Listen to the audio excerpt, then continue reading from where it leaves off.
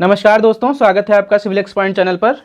आज हम लोग यहाँ पर यूपीपीसीएस के थ्रू जो आरओ और एआरओ की परीक्षा कराई जाती है, जिसको रिव्यू ऑफिसर और असिस्टेंट रिव्यू ऑफिसर, हिंदी में उसको समीक्षा अधिकारी और सहायक समीक्षा अधिकारी कहते हैं।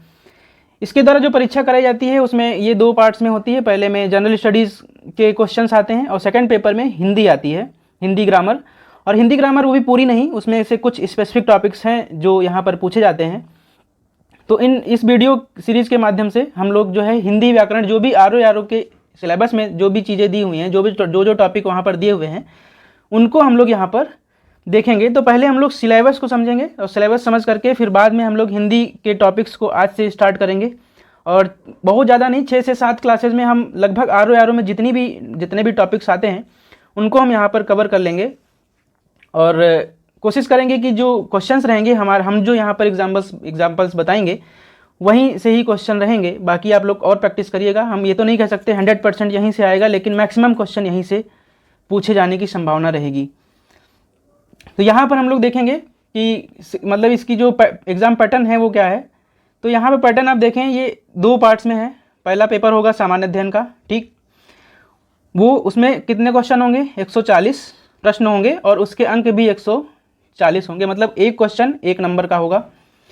दूसरे पार्ट में जब सेकंड उसमें जो पाली में आप लोग परीक्षा देंगे तो उसमें हिंदी पूछी जाती है, ठीक है। और प्रश्नों की संख्या कितनी होगी, 60, और कितने अंक होंगे, 60, मतलब सारे 1-1 नंबर के क्वेश्चन होंगे।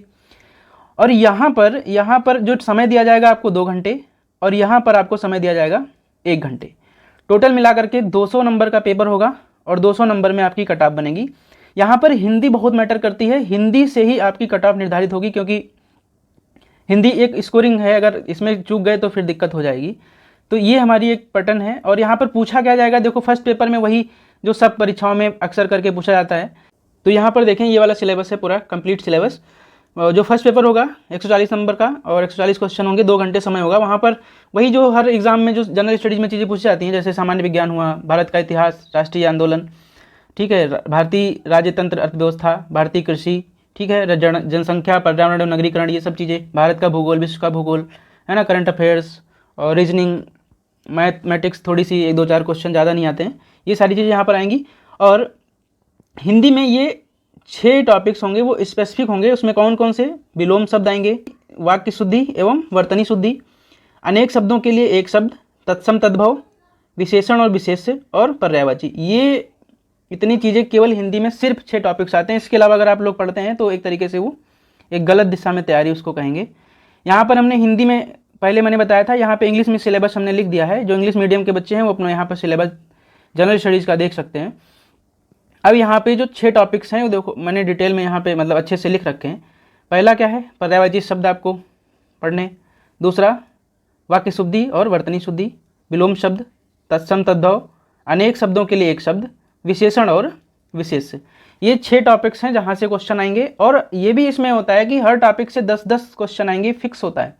जैसे पर्यायवाची है तो वहाँ से 10 क्वेश्चन मिलेंगे आपको, वाक्य शुद्धि वर्तनी शुद्धि से 10 क्वेश्चन मिल जाएंगे, विलोम शब्द से 10 क्वेश्चन, तत्सम तद्भव से 10 क्वेश्चन, अनेक शब्दों के लिए एक शब्द से भी 10 क्वेश्चन और विशेषण और विशेष से भी 10 क्वेश्चन, मतलब सबसे 10-10 क्वेश्चन आते ही हैं। ये एकदम सेट पैटर्न है। तो इस तरीके से ये चीज़ें यहाँ पर 6 टॉपिक्स हो जाते हैं। उसके अलावा आप कुछ भी अगर समास संधि ये सब पढ़ते हैं तो अपने आप का मतलब अपना समय व्यर्थ करेंगे, इसके अलावा कुछ भी नहीं है, उससे कोई क्वेश्चन नहीं आता है। सिलेबस के अकॉर्डिंग हम लोग यहाँ पर तैयारी करेंगे। तो ये रहा हमारा प्रीलिम का सिलेबस आरओ और एआरओ का। और आज हम लोग जो यहाँ पर पहला टॉपिक देखेंगे वो अनेक शब्दों के लिए एक शब्द, इसको हम लोग यहाँ पर कवर करने वाले हैं पहली वीडियो में, ठीक है। उसके बाद एक एक करके हम सारे टॉपिक्स को कवर कर लेंगे। तो फर्स्ट वीडियो में हम लोग क्या देखेंगे, अनेक शब्दों के लिए एक शब्द, ये वाला टॉपिक आज हम लोग यहाँ पर कवर कर लेंगे। अब अनेक शब्दों के लिए एक शब्द हम लोग पढ़ते क्यों हैं, इसका सिंपल सा आप लोग भी इतना तो मतलब पता ही होगा कि अगर हम कई शब्दों को मिला करके एक शब्द बना दें तो सिंपल सा है कि जो वाक्य है वो छोटा हो जाएगा। कम शब्दों में अपनी अधिक से अधिक बात अपनी किसी के सामने रख सकते हैं, ठीक है। शब्द में जो सेंटेंस होगा उसमें अच्छी सी कसावट आएगी, बोलने में थोड़ा अच्छा लगेगा। जैसे एक उदाहरण है, दूसरे की मन की बात जानने वाला, उसको हम क्या कहेंगे, अंतर्यामी, ठीक। तो ये दूसरे की मन की बात जानने वाला ये ना कह करके हम लोग अगर अंतर्यामी बोलें तो कितना अच्छा लगता है और हम कम शब्दों में अपनी बात को रख सकते हैं। मतलब किसी हम प्रश्न का उत्तर भी दे रहे हैं तब भी अगर ऐसे शब्दों का इस्तेमाल करें तो हम कम से कम शब्दों में अपने अधिक से अधिक बातें कह सकेंगे। जैसे जिसका आचरण अच्छा हो उसको हम क्या कहेंगे, दुराचारी। तो इस वजह से ताकि हम अच्छे से अपनी बात को कम शब्दों में लिख सकें और जो सेंटेंस हो थोड़ा प्रभावशाली हो, उसमें कसावट आए, काफ़ी मतलब आकर्षक लगे, इस वजह से हम इन शब्दों का इस्तेमाल करते हैं और इसी वजह से इसको हम लोग पढ़ते हैं। यहाँ पर फिर अब ये जो हमने एग्जाम्पल्स सेट कर रखे हैं इसकी लिस्ट तो बहुत हज़ारों में है, बहुत बड़ी लिस्ट है, लेकिन हमने जो यहाँ पे एग्जाम्पल रखे हैं वो ऐसे एग्जाम्पल्स हैं जो बहुत इंपॉर्टेंट हैं। मुझे ऐसा लगता है कि यहाँ से ही मैक्सिमम क्वेश्चन आपको देखने को मिलेंगे, मैक्सिमम क्वेश्चन। बाकी आप लोग प्रैक्टिस सेट कोई ले आइएगा, उससे आप लोग प्रैक्टिस करिएगा, लेकिन कोशिश हमारी रहेगी कि यहीं से ही मैक्सिमम क्वेश्चन आपको देखने को मिलें। तो यहाँ पर अब एक एक करके देखते हैं। आलोचना करने योग को हम क्या कहेंगे, एक शब्द में आलोच्य। जिसे जीता ना जा सके अजेय। आदि से लेकर अंत तक आद्योपांत बोलेंगे। बिना प्रयास के अनायास। जो भेदा या तोड़ा ना जा सके उसको अभेद्य। जिसकी आशा ना की गई हो उसको अप्रत्याशित कहेंगे। जिसे मापा ना जा सके अपरिमेय। उसके बाद आत्मा या अपने आप पर विश्वास करने वाला, आत्मविश्वास। अब यहाँ पे दिशाएं लिखी हुई हैं देखो, ठीक। दक्षिण दिशा को अवाची बोलते हैं। उत्तर दिशा को एक शब्द में उदीची। पूर्व दिशा को प्राची और पश्चिम दिशा को प्रतीची, ठीक है, ये इंपॉर्टेंट है। जो व्याकरण द्वारा सिद्ध ना हो उसको अपभ्रंश कहा जाता है। झूठा मुकदमा अव्याख्यान बोलेंगे, ठीक है। उसके बाद जिसका ज्ञान इंद्रियों के द्वारा ना हो उसको बोलेंगे अतीन्द्रिय। भारतवर्ष का उत्तरी भाग को आर्यावर्त। जिसका अनुभव किया गया हो अनुभूत। जो जन्म लेते ही मर जाए आदंडपात। जो शोक करने योग्य हो अशोच्य। जिस पेड़ के पत्ते झड़ गए हों अपर्ण।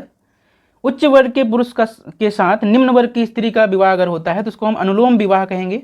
और जिसके जस्ट उल्टा अगर हो कि निम्न वर्ग का पुरुष है और उच्च वर्ग की स्त्री है तो उसको हम प्रतिलोम विवाह कहते हैं, एक शब्द में, ठीक है, ये वाला याद रखिएगा। उसके बाद जिसका पति आया हुआ हो आगत पति का। जिसका अनुभव किया जा सके अनुभवजन्य। जानने की इच्छा रखने वाला जिज्ञासु। जिसे प्यास लगी हो पिपासु। देर तक स्मरण करने योग्य हो चिरस्मरणीय। माप तोल कर खर्च करे मितव्ययी। और व्याकरण जानने वाला व्याकरण। जो सदा रहे उसको क्या कहेंगे, शाश्वत। इतिहास से संबंधित ऐतिहासिक। हाथ से लिखी पुस्तक या मसौदा उसको पांडुलिपि। कम बोलने वाला मितभाषी और कम खर्च करने वाला मितव्ययी बोला जाता है, ठीक है, इसको याद रखिएगा। जो सबको समान रूप से देखे समदर्शी। जो सब जगह व्याप्त हो उसको सर्वव्यापक। जो रोग एक से दूसरे को हो उसको हम कहेंगे संक्रामक रोग, ठीक है, संक्रामक रोग उसको एक शब्द में कहा जाता है। जो 2 बार जन्म ले द्विज। पिता से प्राप्त जो संपत्ति उसको पैतृक संपत्ति बोलते हैं, ठीक, एक शब्द में। गोद ली गई संतान दत्तक। पृथ्वी से संबंध रखने वाला पार्थिव। लोगों में परंपरा से चली आई कथा को हम लोग दंत कथा कहेंगे, एक शब्द में। जिसका नाश अवश्यंभवी हो नश्वर। जो पुराणों से संबंध रखता हो उसको पौराणिक कहेंगे। नेक्स्ट, जो वेदों से संबंध रखता है उसको वैदिक। जिसका जन्म पसीने से हुआ हो उसको स्वेदज बोलते हैं, स्वेदज, ये काफ़ी इंपॉर्टेंट है, बहुत मतलब कई बार एग्जाम में पूछा गया है। ईश्वर या स्वर्ग का खजांची उसको कुबेर। मध्य रात्रि का समय, ये भी बहुत इंपॉर्टेंट है, इसको निशीथ कहते हैं। किए गए उपकार को मानने वाला कृतज्ञ और किए गए उपकार को ना मानने वाला इसको बोलेंगे कृतघ्न। ये दोनों एक दूसरे के विलोम शब्द भी होंगे, ठीक है, ये जब विलोम शब्द पढ़ाएंगे तो इसको मैं बताऊंगा। जो आकाश में विचरण करे उसको खेचर, ठीक है। मोक्ष या मुक्ति का इच्छा रखने वाला मुमुक्षु। जिसे आर पार देखा जा सके पारदर्शी। जिसकी गर्दन सुंदर हो सुग्रीव। अनुचित बात के लिए आग्रह दुराग्रह। जो नया जन्मा हो नवजात। इंद्रियों को जीतने वाला जितेंद्रीय। और अगर नींद पे विजय पाने वाला उसको एक शब्द में गुड़ाकेश बोलेंगे, ठीक। जो स्त्री के स्वभाव का हो, मतलब जिसके अंदर स्त्री के गुण हो उसको स्त्री, कोई पुरुष हो उसके अंदर स्त्री के गुण हो उसको स्त्रीण कहा जाता है। जो अत्यंत कष्ट से निवारित हो दुर्निवार, ठीक। जो वचन से परे हो वचनातीत। जो शत्रु की हत्या करे शत्रुघ्न। पिता की हत्या करे तो पितृहंता। माता की करे तो मातृहंता और पत्नी की करे तो पत्नी हंता। ये वाले भी इंपॉर्टेंट हैं, पूछे जाते हैं।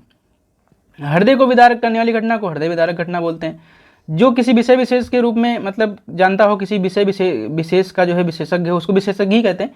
जो तर्क द्वारा सम्मत हो तर्क सम्मत। जंगल की आग को दावानल, इसको ये बहुत इंपॉर्टेंट है, जंगल की आग को दावानल कहते हैं, काफ़ी एग्जाम में आता है। पेट में जठर की आग, जो पेट में जलन होती है जठर रस के द्वारा, उसको जठरानल। और समुद्र की आग को वाडवानल कहते हैं। जहाँ खाना मुफ्त मिले उसको सदाव्रत या उसको लंगर भी कहते हैं, ठीक, लंगर भी कहते हैं। लाभ की इच्छा या पाने की इच्छा को लिप्सा, खाने की इच्छा बुभुक्षा, बुभुक्षा, ठीक है, इसको याद रखिएगा, ये भी इंपॉर्टेंट है, पूछा जाता है। किसी काम में दूसरे के बढ़ने की जो इच्छा होती है उससे कहेंगे स्पर्धा या प्रतिस्पर्धा। जान से मारने की इच्छा जिघांसा, तैरने की इच्छा तितीर्षा, जीतने की इच्छा जिगीषा, जीने की जो इच्छा होगी उसको जिजीविषा कहेंगे एक शब्द में। वृद्धावस्था से घिरा हुआ उसको जराक्रांत, बहुत इंपॉर्टेंट है। खाली या रिक्त स्थान करने वाला रिक्तक या रेचक।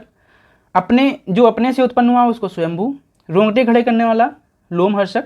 जिसकी पत्नी साथ नहीं है उसको भी पत्नी कहा जाता है। जिस समय मुश्किल से भिक्षा मिले उसके दुर्भिक्ष, और जिसके सिर पर बाल ना हो उसको खलवाट कहा जाएगा एक शब्द में। ईश्वर को द्वारा भेजा हुआ दूत को पैगंबर। कलम की कमाई खाने वाला मत्स्यजीवी, ठीक, जो सीमित मानसिकता वाले हो, मतलब जो एक तरीके से कहते हैं मेढक के समान जो संकीर्ण मानसिकता वाले लोग होते हैं, संकीर्ण बुद्धि वाले लोग, उनको कूप मंडूक बोला जाता है। काफ़ी शब्द यूज़ किया जाता है, आप लोग यूज़ करते होंगे। स्थिर रहने वाली वस्तु स्थावर। जिसके नाखून सूप के समान हो सुरपड़खा। पूर्णिमा की रात को राका और अमावस्या की रात को कुहू कहेंगे। जिसके दोनों ओर जल है दोवाब। सर से लेकर पैर तक आपादमस्तक। जिसका पति मर गया हो उसको विधवा, और जिसका पति जीवित हो उसको सधवा। ये बहुत इंपॉर्टेंट, बहुत एग्जाम में आते हैं। हाथी की तरह चलने वाली स्त्री गजगामिनी, ये भी परीक्षा में पूछा गया है। जिसकी गहराई ना नापी जा सके अथाह, और जो ज्ञान नेत्र से देखने वाला अंधा व्यक्ति उसको ज्ञान चक्षु कहते हैं। पृथ्वी और ग्रहों के बीच के स्थान को अंतरिक्ष कहा जाता है। ये जितने भी एग्जाम्पल हैं एग्जाम में कई बार पूछे गए हैं, बहुत इंपॉर्टेंट हैं, आप लोग नोट कर लीजिएगा। पृथ्वी और ग्रहों के बीच के स्थान को अंतरिक्ष। जिसके आने की कोई तिथि नहीं है अतिथि, बहुत बार एग्जाम में आया। प्रिय वचन बोलने वाली स्त्री मधुभाषिणी, ठीक, मृदु भाषिणी। कुछ नहीं जानने, जो जानता है उसको आगे कहेंगे। जिसे बुलाया ना जा सके अनाहूत। पसीने से उत्पन्न होने वाला स्वेदज होता है। स्वेदज मैंने अभी बताया था, स्वदेज नहीं स्वेदज है, अभी इसके पहले भी आया था एक बार, उसको मैंने बताया स्वेदज, ठीक है। पत्नी के द्वारा छोड़ दी गई स्त्री को परित्यक्ता, ठीक, परित्यक्ता। जो आंखों से परे हो उसको परोक्ष। जो छाती के बल गमन करता है उरग, मतलब सांप वगैरह। गुरु के समीप रहने वाला अंतेवासी। क्षण भर में नष्ट होने वाला क्षण भंगुर। हवन में जलने वाली जो लकड़ी है उसको शमिधा कहेंगे। दिशाएं ही जिसका वस्त्र हो उसको दिगंबर। जैसे आप लोग जैन धर्म वगैरह पढ़ते होंगे, जब जैनिज्म वगैरह, तो वहाँ पर जो जैन धर्म था 2 पार्ट्स में डिवाइड हुआ था, श्वेतांबर और दिगंबर। तो दिगंबर जो लोग थे वो मतलब निर्वस्त्र रहते थे, तो उनका मतलब मानना था कि जो हमारी दिशाएं ही हमारा वस्त्र हैं, इसलिए उनको दिगंबर कहा गया, ठीक। तो ये जिनकी दिशाएं ही जिनका वस्त्र हैं उनको दिगंबर। और रंगमंच के पर्दे के पीछे के स्थान को नेपथ्य कहा जाता है। तो ये वाले जितने भी एग्जाम्पल हैं बहुत इंपॉर्टेंट हैं। इसके अलावा अगर कुछ और इंपॉर्टेंट एग्जाम्पल्स होंगे तो मैं कोई एक टेस्ट पेपर लेकर के आऊँगा, उसके माध्यम से वो और एग्जाम्पल को हम यहाँ पर कवर कर लेंगे। लेकिन ये सारे एग्जाम्पल्स बहुत इंपॉर्टेंट हैं और इतने ही महत्वपूर्ण एग्जाम्पल मैंने यहाँ पर कवर किए हैं, और इनको आप लोग देखिएगा, पढ़िएगा, वीडियो देखिएगा कई बार तो याद हो जाएंगे, और बहुत आर के लिए तो बहुत ही महत्वपूर्ण है। यहीं पर हमारा वीडियो समाप्त होता है। आगे ऐसे ही ये सीरीज़ कंटिन्यू रहेगी, ऐसे ही 5, 6, 7 वीडियो जो भी लगेंगे, 6-7 वीडियो, उन सारी वीडियोज़ में हम अपने ये जो आर की हिंदी है उसको ऐसे ही हम लोग कवर कर लेंगे, और सिंपल सा परीक्षा देने जाएंगे। उसके पहले आप सारे वीडियोज़ देख लेंगे और मैक्सिमम आपका कवर हो जाएगा आर के लिए। आप मैक्सिमम स्कोर हिंदी में मैक्सिमम स्कोर कर पाएंगे। और जो हम मैपिंग की सीरीज़ चला रहे हैं वो भी कंटिन्यू रहेगी, और टेलीग्राम चैनल को भी ज्वाइन कर लीजिएगा। वहाँ पर हम ये जो PDF यहाँ पे जो मैं पढ़ा रहा हूँ इसकी PDF मैं वहाँ पर डाल दूँगा, आप लोग वहाँ से डाउनलोड कर लेंगे। टेलीग्राम चैनल का लिंक वीडियो के डिस्क्रिप्शन में दे दिया जाएगा, उसको आप जा करके लिंक से आप लोग उसको ज्वाइन करेंगे और वहाँ से PDF मिल जाएगी आप लोगों को। और वीडियो अच्छा लगा हो तो लाइक करिएगा, शेयर करिएगा, सब्सक्राइब करिएगा। वीडियो देखने के लिए बहुत बहुत धन्यवाद। तब तक के लिए बाय बाय, टेक केयर।